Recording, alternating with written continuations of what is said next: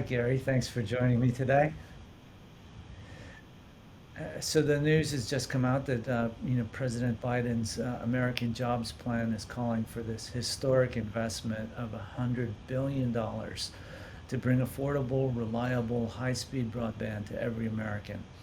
So exciting times. I wanted to ask you first of all, right off the bat, what does this mean to you, and what are some of the highlights that you see coming with this announcement?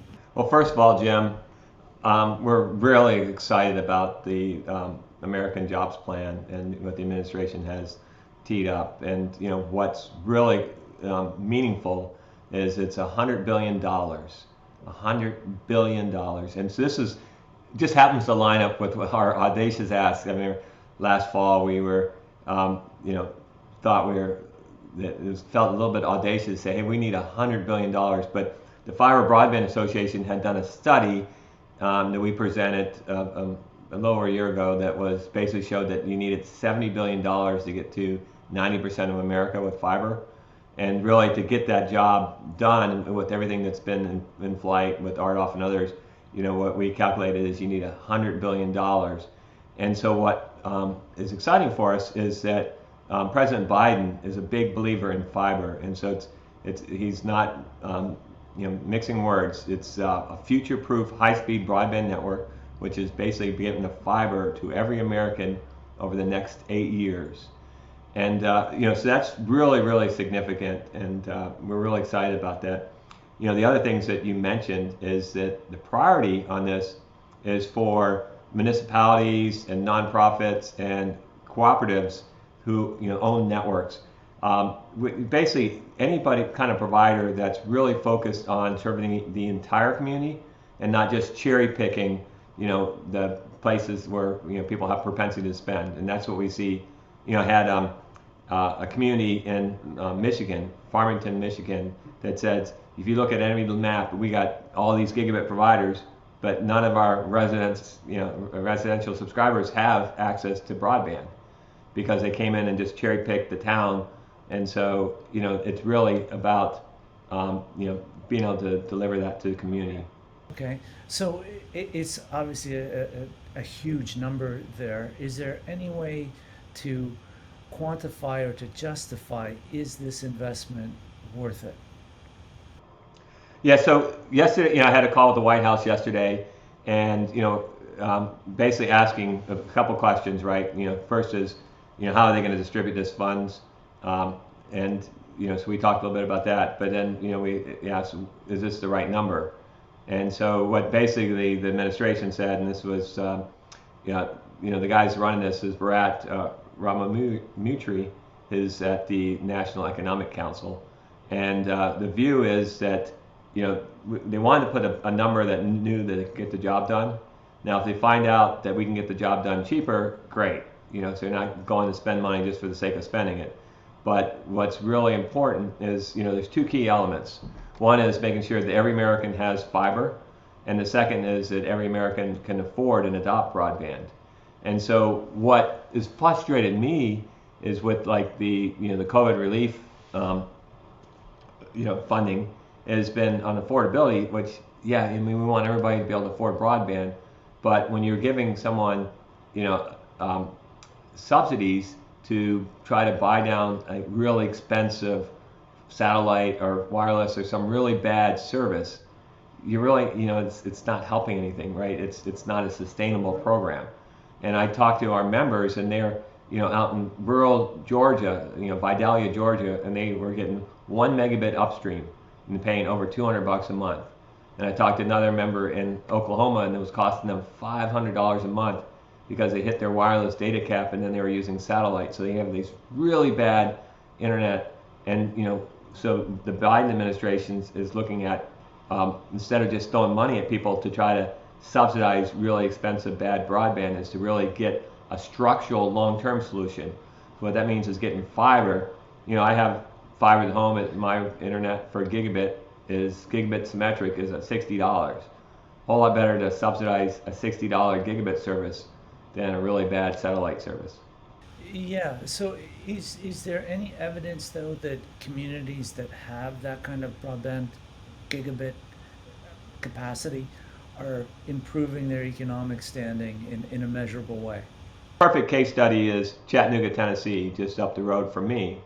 And so, Chattanooga put in the EPB, Electric Power Board, put in fiber optics to the Chattanooga community, and we did a study to look at what happened 10 years later.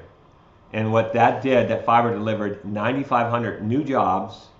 It delivered $2.7 billion in positive economic impact to that community, and that basically had a over 4x return on investment. So that fiber paid back much quicker than their business plan. So not in addition to being able to deliver this broadband connectivity and kind of really elevate the whole community and have people moving in and having the economic development impact, but it also modernized, it provided smart grid modernization to their electric network. And so what they saw from that is over 2 million customer interruptions avoided, a 43% reduction in outage minutes on average, and over $500 million in benefits during major weather events, like we have tornadoes around here all the time. They also saw a huge reduction in power demand and electricity consumption. So the fiber is delivering super high speed connectivity. It's delivering jobs. It's making economic development with businesses moving to the area, and it's delivering smart grid modernization, and it puts them in position for future services like 5G. When you have fiber, you have 5G. So just tremendous benefits. One of the things I had George Nodder on my Fiber for Breakfast a couple days ago. George is a Wall Street equity analyst, and they had done a postal address forwarding study.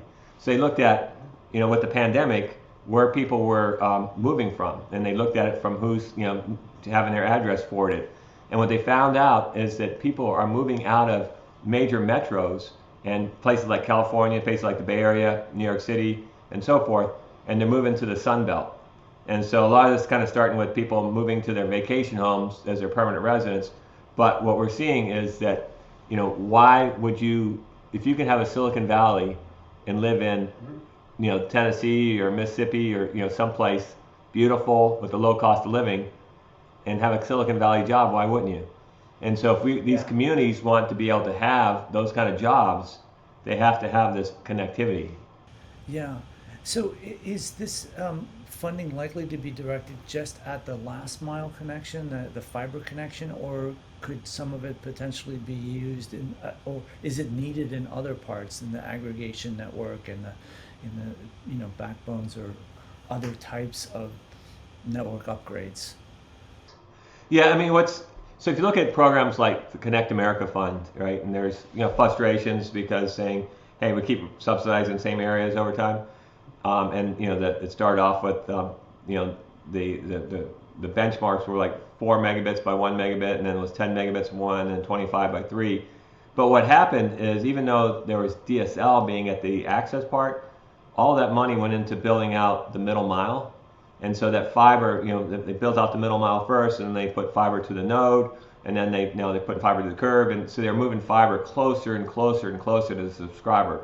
And so a lot of that, middle mile stuff has been taken care of, and so really we're down to the access networks. And so when you look at the cost of deploying fiber, it goes up exponentially the closer you get to the subscriber, right? I mean, you can think about like an interstate, right? It's pretty easy to put the road in, but once you start getting into all the little neighborhoods and you're branching out, then it starts, and so the lower the density, the topology, that's where it gets to be really costly. And so that's where you've seen, things like fixed wireless and other things. In the RDOF auction, the biggest tragedy, the good news was 85% of the RDOF funding went to gigabit services, which is fiber. Even if on the wireless, there's a lot of fiber going to that antenna, and then the antenna did that last little bit, line of sight to the home, 500 meters. But they're going to give $900 million to Elon Musk to put up into low Earth orbit satellites. And this is a travesty, because what it doesn't build a path to fiber. It doesn't provide that smart grid modernization, the path to 5G, all the things we're talking about jobs and economic impact and everything. What it does is it basically strands investment in space. So what I like about the Biden plan, it's about being able to put a structural long-term solution with what they're calling future-proof. And you'll see a lot of pushback from other industries, like cable and so forth, where they're saying, oh, you don't need to have future-proof because that means fiber. Well, that's exactly what you need. And the wireless is even pushing back, but if you don't have fiber, any wireless signal, you want to get it out of the air and into the ground at the first available point. So being able to have that infrastructure means that you're going to have more 5G, you're going to have more wireless, so that when you're a device, that you can be able to be untethered, but you still have that high broadband. Yeah. So you mentioned the Connect America program. I'm wondering whether this Biden plan will be administered, and I know this is early days, but will it likely be administered through existing structures that are there, the FCC or the USDA, or how do you see this, assuming it all gets passed through Congress, how do you see this being delivered to the market? Yeah, so and that was the first question I asked yesterday when, at the White House is, okay, how are we going to distribute this money, right? So it's great, how's it going to get there? And so they rattled off, so we have, the FCC has, certainly done CAF and RDOF, and you look at, USDA with the RUS Reconnect programs, and, NTIA, you did BTOP back in the Obama administration. So there's, they rattle off, there's a whole lot of different ways and in different structures. And so they said they're collecting input on that. And that's, certainly one thing that we're going to be providing input. One of the things that we really liked is, the Majority Whip, James Clyburn of, South Carolina, along with Senator Amy Klobuchar, introduced the $94 billion Accessible, Affordable Internet for All Act just a few weeks ago. And that had $80 billion of gigabit symmetric broadband, as part of that bill. But what we really loved about that is that they looked at kind of a two-tier approach. And so the first part of this is any fiber projects you immediately fund. And then anything that's not fiber, then you could go to some kind of reverse auction. And so what that does is, so communities that step up and can, say, hey, we're going to put a fiber project in, those are no-brainers. And so rather, because if you look at RDOF, what happened with RDOF is you had this clock ticking down, and so you had $16 billion to spend, and the FCC only spent $9 billion. So they left $7 billion in the sidelines, and you saw that that the price per location was from 70% of the budget down to 1%. And so people are really getting virtually no subsidies for doing areas. And so, well, okay, that's maybe you might think, well, that's great. We're going to get this super cheap. You don't have to hardly use any federal subsidies to do these areas. Well, those were defensive moves where if you picked up some areas and then you're on your way to get to those areas, you wanted to make sure you had all the areas around there because you don't want a competitor coming in. And so, and then what's when you don't have enough federal subsidies, then you start putting in cheap. You're like, well, how can I do this cheaply? And that's where you get things like LEO satellites or just bad options where you're really not serving that. Which the Biden plan, what's brilliant about that is it's like we want sustainable long-term solutions. And so the reason that they were going down to pick out communities is that the thing we see with a rural electric co-op or a rural ILEC, incumbent, it's been there 100 years, or a municipality, is they don't come in and say, hey, we're going to do some kind of really cheap broadband, maybe we'll do satellite or some kind of wireless or something. They put in fiber, because when you're living in that community and you go to lunch, everybody you see is going to say, hey, Jim, I got something to say about my broadband, right? And so they are high, when they're at the ball game, all their neighbors are going to be looking at them and have something to say about the broadband they get. So they're going to make sure that their neighbors are all getting the broadband they deserve. I know we also value competitive marketplaces, and so uh, do you think that there'll be any um, restrictions or guidelines on this funding about whether they need to be open access networks so other providers can use it, or will the funding be only for municipal networks or only for the ILECs? How does that work? Well, the funding is for all comers. What I believe that to be the case. It's prioritized towards those they're going to be serving all in the community, and so that's why it's usually some kind of community provider, rather than someone is just cherry picking. So they want to make sure that whoever they're handing the money to, they're going to be all in to making sure everybody has broadband. But what if I look through our members, we have, well, I'm here in Huntsville, Alabama, and so Huntsville Utilities puts the fiber to my house, but then they lease that dark fiber to Google, and so that's their model, right? So Google connects the fiber to the house, and they provide the service. So you have service with Google, but the utility is put in by the electric company. And if I look at like Utopia Fiber in Salt Lake City, the municipality puts all the fiber in, and then they basically make that available as open access, and it'll have 20 different providers. So as a subscriber, you'll be able to sit there and you have a menu and say, I really like the lineup with this provider, and they can do that. So that's a model. We also see that being able to compete on networks. I actually, we had DSL to my neighborhood before Google came in and Huntsville Utilities.